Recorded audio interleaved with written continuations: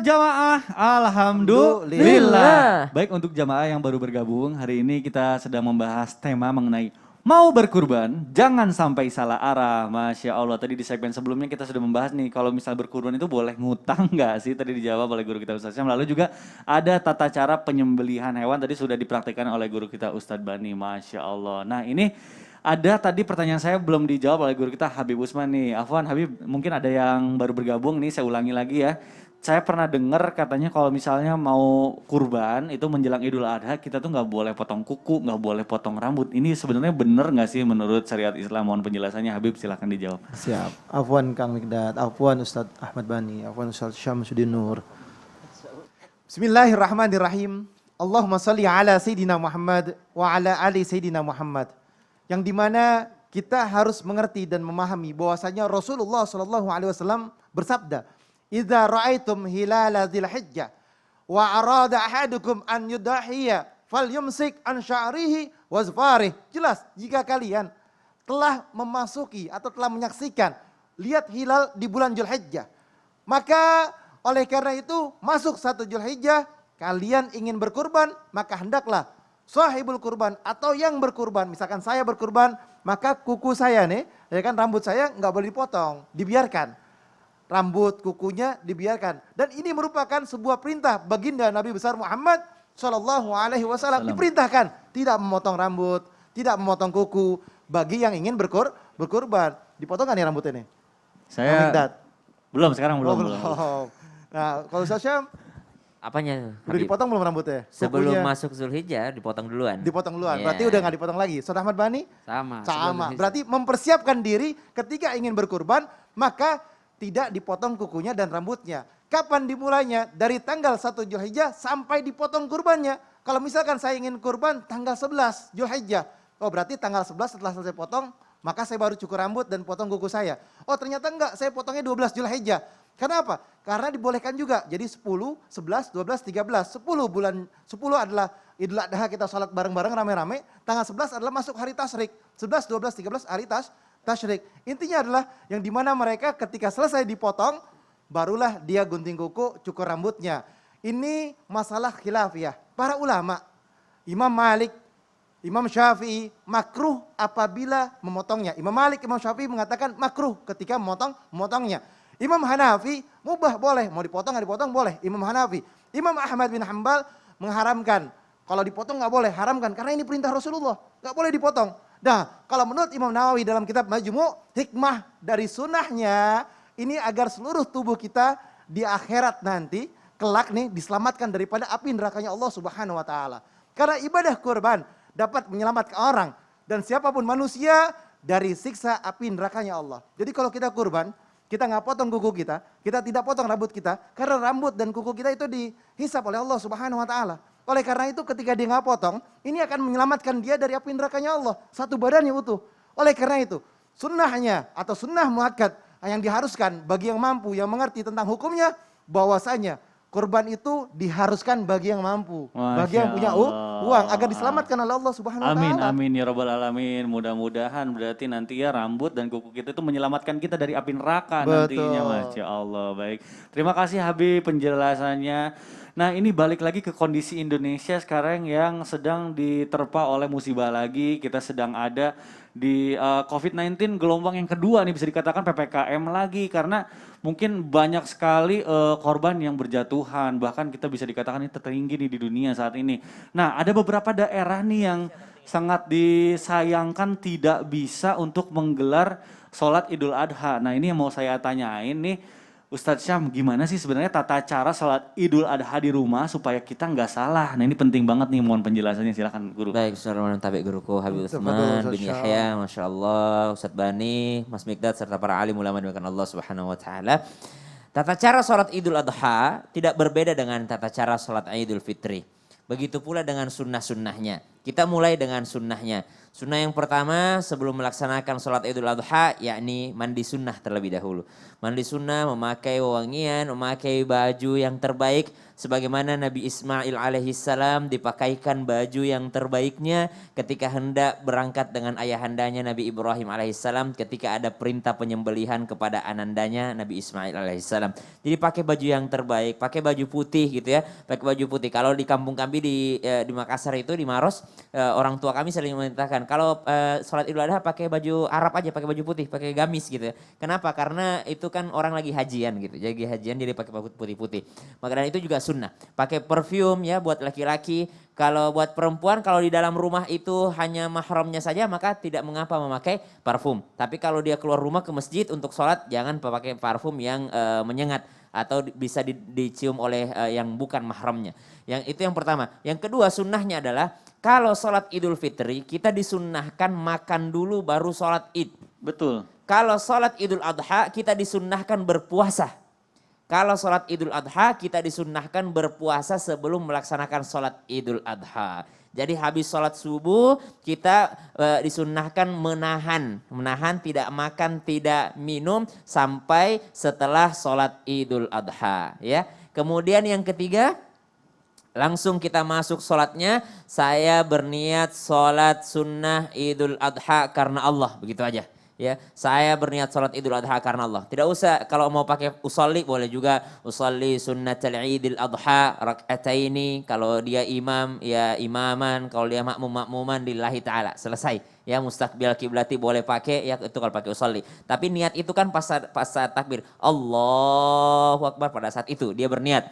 Lalu takbir yang pertama Allahu Akbar. Nah, disinilah dia membaca doa iftitah. Doa iftitah lalu disambung dengan tasbih lengkap. Subhanallah walhamdulillah wala ilaha illallah wallahu akbar 3 kali. Baru takbir lagi. Allahu Akbar. Hitung 1 di situ ya.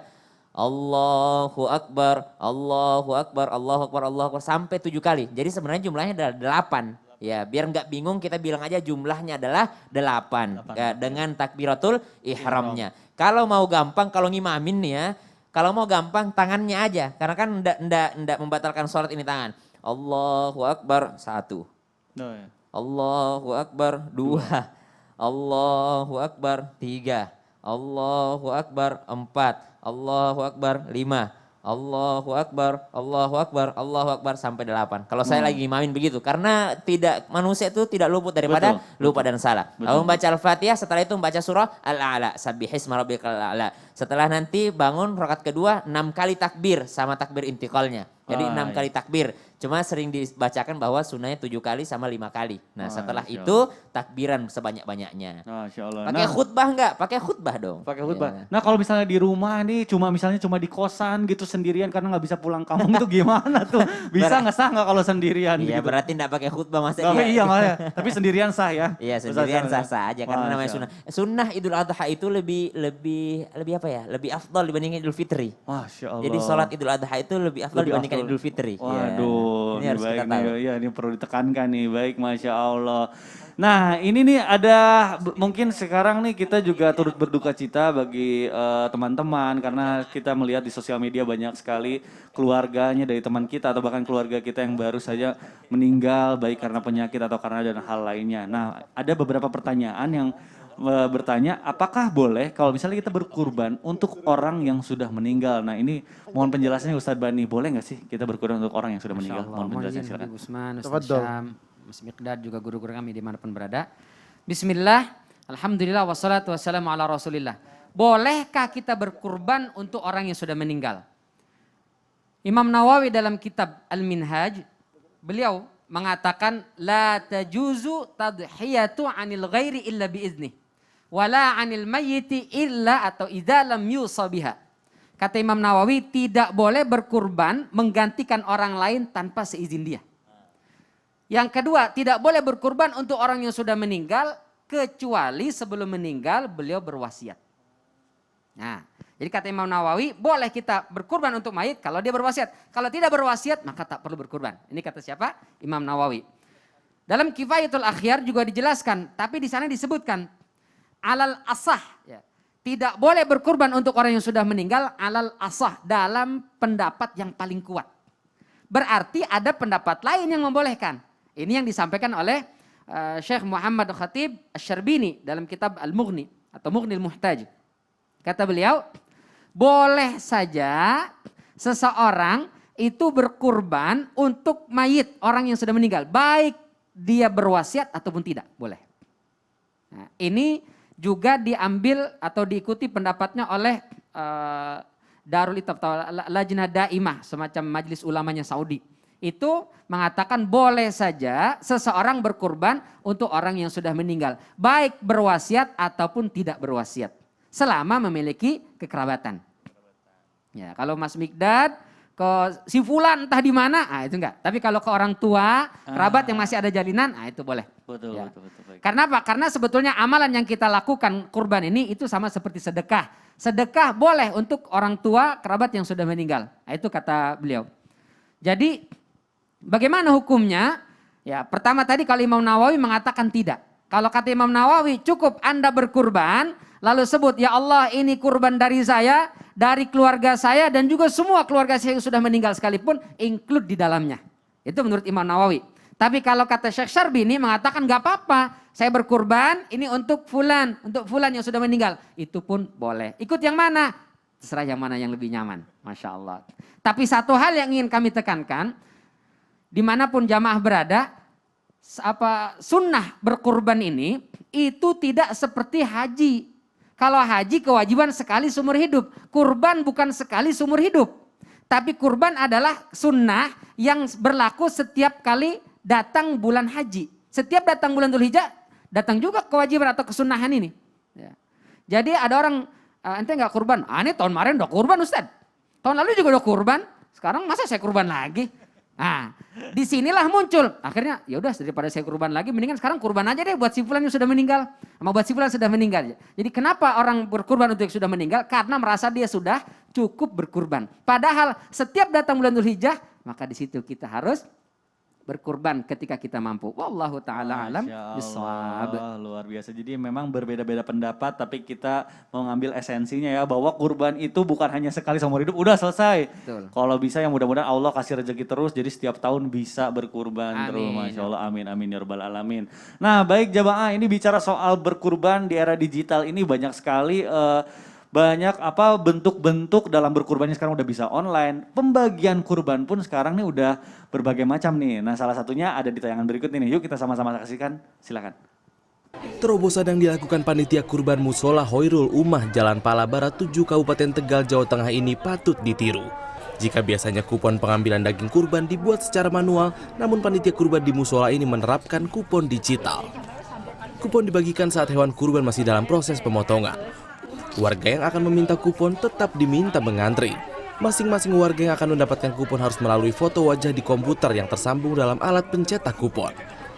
Selesai foto, warga akan mendapatkan kupon yang terdapat kode barcode. Dengan kupon yang telah dimiliki, warga dapat menukarkannya dengan 2,5 kg daging. Namun jika di saat proses scanner foto di kupon tidak sama dengan orang yang mengambil daging, maka akan ditolak. Wah Masya Allah, sebuah inovasi ini yang patut dicontoh nih. Apalagi di masa pandemi seperti ini kan, supaya orang tuh gak rusuh-rusuhan, gak berdesak-desakan. Ini sangat bagus nih. Tapi saya mau tanya nih ke Ustadz Syam nih.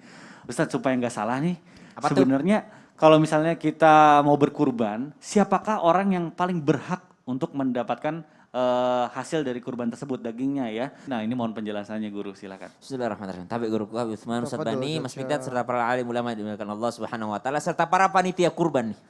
Para panitia kurban yang dimuliakan Allah Subhanahu wa taala. Ada kurban ternyata yang wajib. Ada kurban itu wajib. Kurban mana itu yang wajib? Kurban yang menjadi nazar. Jadi kalau dia sudah nazarkan mau berkurban, maka kurban itu jadi wajib. Kalau kurban ini wajib, maka si yang berkurban tidak berhak untuk menyicipi atau mengambil sedikit daripada hewan kurbannya. Kan sunnah sebenarnya kita mengambil sedikit itu. Menyicipi daripada hewan kurban.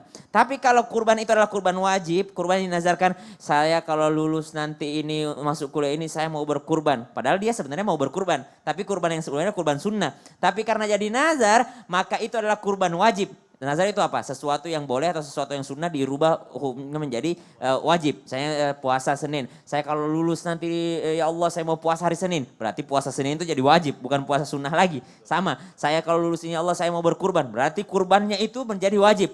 Kurban yang wajib maka tidak boleh sih berkurban mengambil dagingnya. Nah, kalau kurban yang sunnah, yang umum ya berkurban yang sunnah, maka pembagiannya ulama membaginya menjadi 3 bagian. Sepertiga, boleh sampai sepertiga bagi yang berkurban. Jadi kalau misalnya saya berkurban, saya boleh ambil sepertiga. Dan sepertiganya untuk fakir miskin. Dan sepertiganya lagi untuk yang namanya orang-orang kaya atau tetangga-tetangga untuk hadiah. Ya, kenapa kok orang kaya kok disedekahi? Kan dia udah biasa makan steak, udah biasa makan daging gitu kan. Ngapain orang kaya disedekahi? Ada hikmahnya bersedekah kepada orang kaya. Apalagi orang kaya yang tidak mau berkurban. Biar dia tahu rasa, biar dia malu. Ya, bawain hewan kurban, hewan kurban. Ntar dia mikir, emang lu pikir gue gak mampu ya? Nanti berpikir begitu untuk memotivasinya. Atau juga menambah kecintaannya. Gitu. Jadi bertukar hadiah. Kan tahadu tahabu. Saling menghadiahilah kalian agar kalian saling mencintai. Maka bersedekah kepada orang kaya itu maka boleh-boleh saja. Nah, tapi yang paling berhak adalah orang fakir miskin. Ya. Jadi yang diambil sedikit saja untuk sunnah saja, untuk menyicipi saja untuk keluarga yang ada di rumah keluarga misalnya, atau kirim ke sepupu atau sebagainya, maka sebahagian besarnya untuk fakir miskin. Apanya yang disedekahkan, apanya yang dibagikan, semuanya daging segar. Daging segar yang disedekahkan. Berbeda dengan akikah. Kalau akikah itu udah dimasak gitu kan. Betul. Diundang makan gitu. Tapi kalau kurban itu daging segarnya supaya mereka bisa memasaknya sesuai dengan selera mereka. Namun kembali lagi yang paling afdal untuk menerimanya memang adalah orang-orang fakir miskin, orang-orang yang tidak mampu. Berapa bagiannya tadi? Bagiannya ya sebanyak-banyaknya gitu ya. Tapi kita tidak boleh melebihi batas sepertiganya. Yang berkurban tidak boleh melebihi batas sepertiganya. Dan juga pembagiannya haruslah adil. Berapa per orangnya? Ya tergantung panitia dari situ aja. Yang penting tidak ada kezoliman di dalamnya. Betul, Masya Allah. Nah mungkin sekarang sebagai catatan bagi orang-orang yang mau membagikan hasil kurbannya itu karena di tengah pandemi ini juga dipikirkan ya secara teknisnya nanti membaginya bagaimana supaya tidak menyebabkan kerumunan ya. Oh nanti ada itu dari MUI juga udah mengaturnya. Nah itu dia makanya mudah-mudahan nih nanti sudah dapat informasi terbaru dari MUI kita jadi bisa tahu bagaimana cara membagikan di tengah pandemi seperti ini. Baik jamaah, alhamdulillah nih setelah ini nanti kita akan menjawab lagi pertanyaan dari jamaah di media sosial. Insya Allah juga nanti kita akan berdoa bersama dan akan dipimpin oleh guru kita. Jadi tetap di Islam itu indah. Jamaah oh jamaah. Alhamdulillah.